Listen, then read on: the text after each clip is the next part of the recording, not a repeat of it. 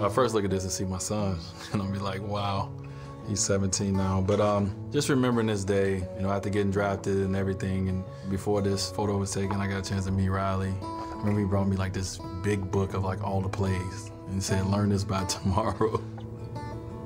And getting here to the pros and having Coach Riley, it was a perfect way for me. You know, I was a young guy coming into a world that I had no idea about, and he put my focus on basketball. He always pushed me to be more and to give more and to be greater, and I needed that Pat Riley handprint.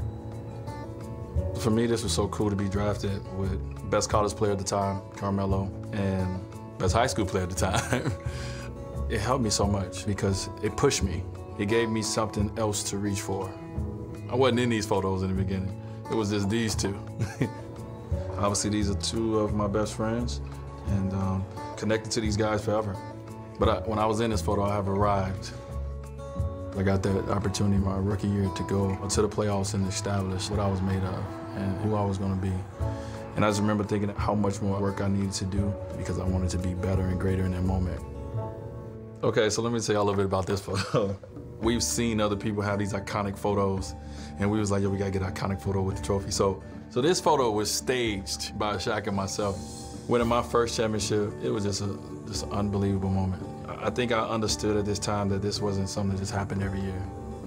I always say my career would not be where it is if I didn't have him come in at that critical time. And he expressed that this was my team, that he was coming down here to help me become one of the best players in this game.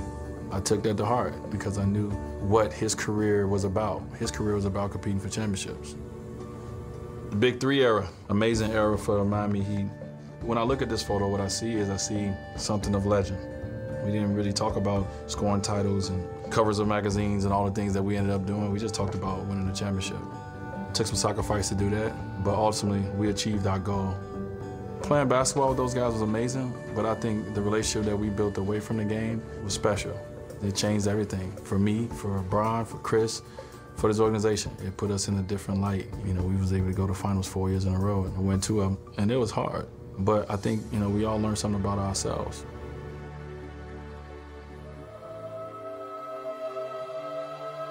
You know, it's a good photo. It's a good shot. But it's just an embrace with my mom.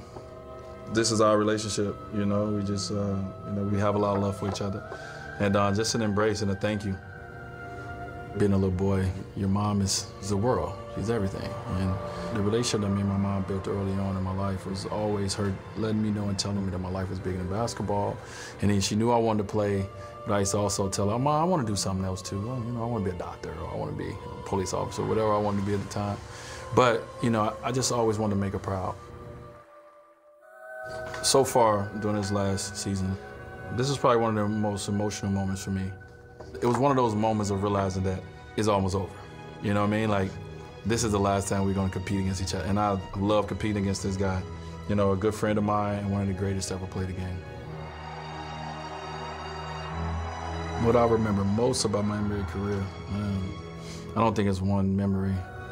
I couldn't have predicted the career that I've had, the places I've been, the people I've been able to meet along the way, and the joy that I felt throughout this game. And the hurt and the pain that I felt throughout this game. I could never have predicted it. You know, I'm thankful for being able to go on this ride. This whole journey has been special. Very special. And when you guys think about the legacy that Dwayne Wade is leaving behind, what comes to mind?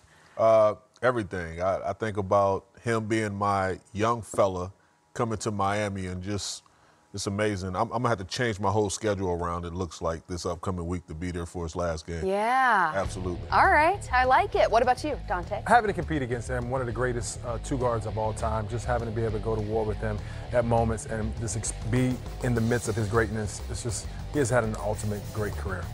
Well, here's the thing. We have to go there because these guys have gone there. And so have you, the fans, Dwayne Wade and Paul Pierce. We've got to make the comparison because it's been made all week long. Please, let's not. We have to. Okay. I've been told we have to. Look, they're both great players, both first ballot Hall of Famers, and this is what I hate. And I addressed it earlier, and me and Dahntay was talking, and I said true nobility is not being superior to Dwayne Wade. It's about being superior to your former self. And That's how Paul Pierce should have looked at it. And I hate comparisons when you talk about all NBA, all-time greats and things like that, because they're both great and they both GOATs in their own right. But when you talk about telling the game and the story of basketball and not mentioning either of them, you can't tell that story. And also, when you talk about the all-time greats at that position, let's start with the two guard. Michael Jordan, Kobe Bryant, Dwayne Wade, Allen Iverson, pick your poison. And then you go to the forward position, you can name about a list of 8 to 9 guys before you actually reach the truth in Paul Pierce. So when you go down that path, I mean, it's just a tough discussion and a tough debate to have. I hate that Paul Pierce took the bait and let them make this conversation because it's a shooting guard against a small forward. They should never be compared. They're both first ballot Hall of Famers, both greats in their own right. But if you had a blind look at accolades, Dwayne Wade stick out more than his. So if that is what we're going to do today, I would have to say Dwayne Wade had a better career because of the way he affected the game on both sides of the ball, and he had a scoring championship. That's fair.